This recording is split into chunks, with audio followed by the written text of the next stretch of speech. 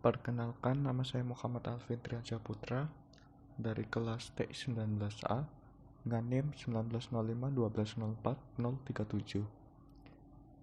Saya akan menerangkan tentang sejarah internet. Lanjut ke yang pertama, sejarah internet di dunia. Internet berawal dari sebuah jaringan komputer oleh Departemen Pertahanan Amerika yang dibentuk pada tahun 1969. Ini nama proyeknya adalah ARPA, yang dibentuk jadi ARPANET. Tujuan awal pembuatannya sebenarnya untuk keperluan militer, karena pada masa tersebut digunakan untuk mengatasi masalah bila terjadi serangan nuklir. Selain itu, juga digunakan untuk menghindari terjadinya pesan yang terpusat. Hal ini dilakukan karena jika pesan terpusat, maka akan mudah dihancurkan bila terjadi perang. Saat itu, ARPANET hanya bisa menghubungkan 4 situs, yaitu Stanford Research Institute, University of California, Santa Barbara, dan juga University of Utah.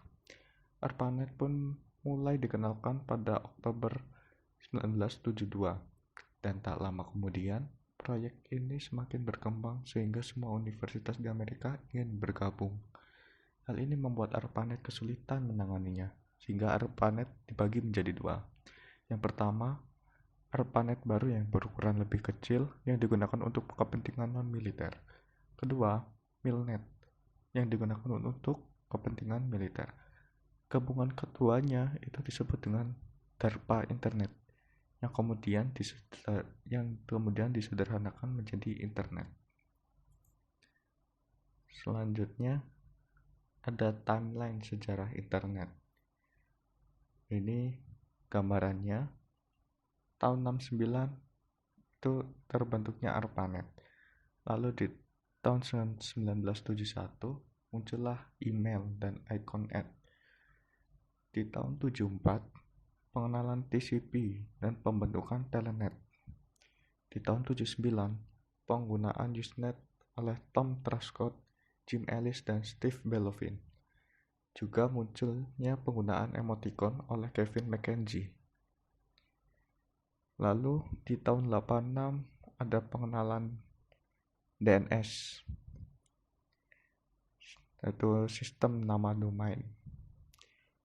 Lanjut di tahun 88 itu sudah UINet Lab sebagai IP pertama di Indonesia. Tahun 90 pembuatan www internet mulai dikenal di Indonesia sebagai Paguyuban Network. Barulah di tahun 94 ini muncullah Indonet.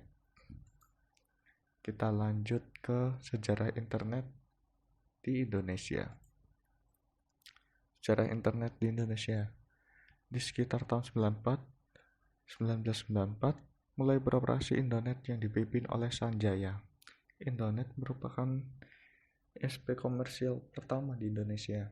Pada waktu itu, pihak Postel belum mengetahui tentang celah-celah bisnis internet, dan masih sedikit sekali pengguna internet di Indonesia.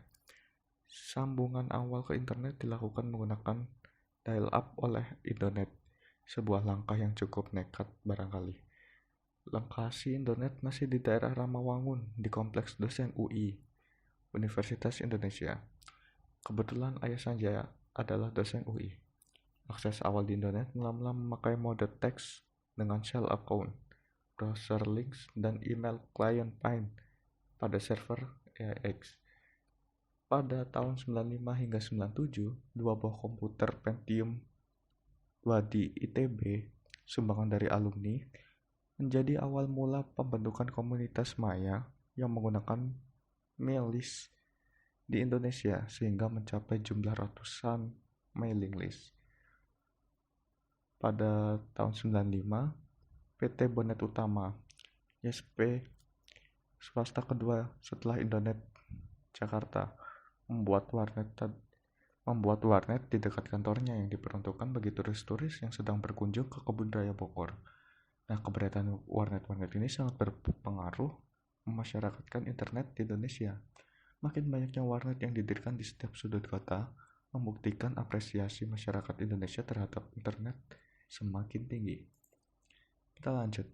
Warnet ini adalah gambar perbedaan warnet zaman dulu dan zaman sekarang. Yang dulu masih polos-polosnya, kini udah dilengkapi dengan RGB. Warung internet.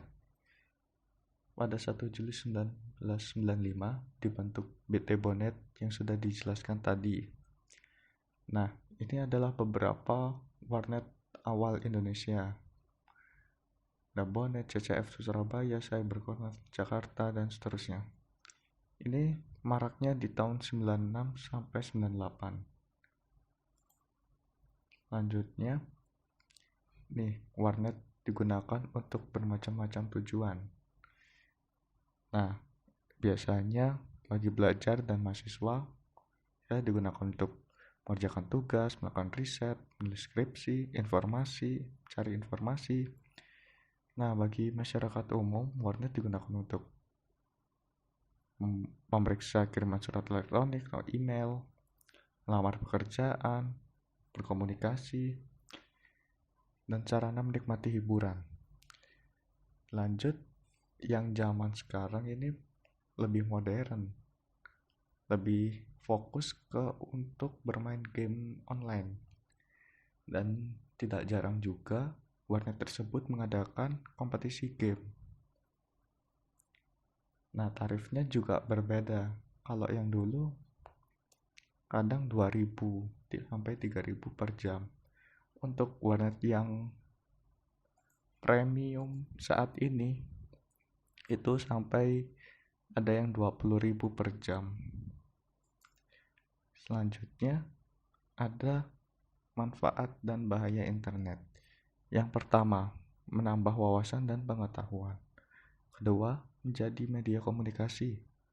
Tiga, mudah mencari lawangan pekerjaan. Dan yang keempat, mudah melakukan transaksi dan berbisnis. Bahayanya, banyak konten pornografi, tersebarnya informasi palsu atau hoax, menampilkan kekejaman dan penipuan. Oke, untuk akhir kata, internet memang menjadi suatu kebutuhan yang sangat digunakan saat ini. Apalagi didukung dengan perkembangan teknologi yang terus tumbuh dan penuh dengan inovasi. Dengan memanfaatkan internet dengan baik, tentunya kita akan mendapat banyak sekali manfaat yang bisa didapatkan dari internet, baik itu untuk kegiatan sehari-hari maupun untuk bekerja. Di satu sisi juga, meskipun internet mempunyai banyak dampak positif, tapi kita juga harus bisa selektif dalam menggunakan internet untuk kebutuhan produktif. Karena bagaimanapun akan ada dampak negatif yang ditimbulkan oleh internet jika kita tidak bijak dalam menggunakannya, terutama ancaman hoax yang beredar dengan cepat. Demikian presentasi dari saya mengenai internet. Mari kita jadikan internet lebih bermanfaat setelah mengetahui berbagai macam manfaat internet. Kurang lebihnya mohon maaf. Assalamualaikum warahmatullahi wabarakatuh.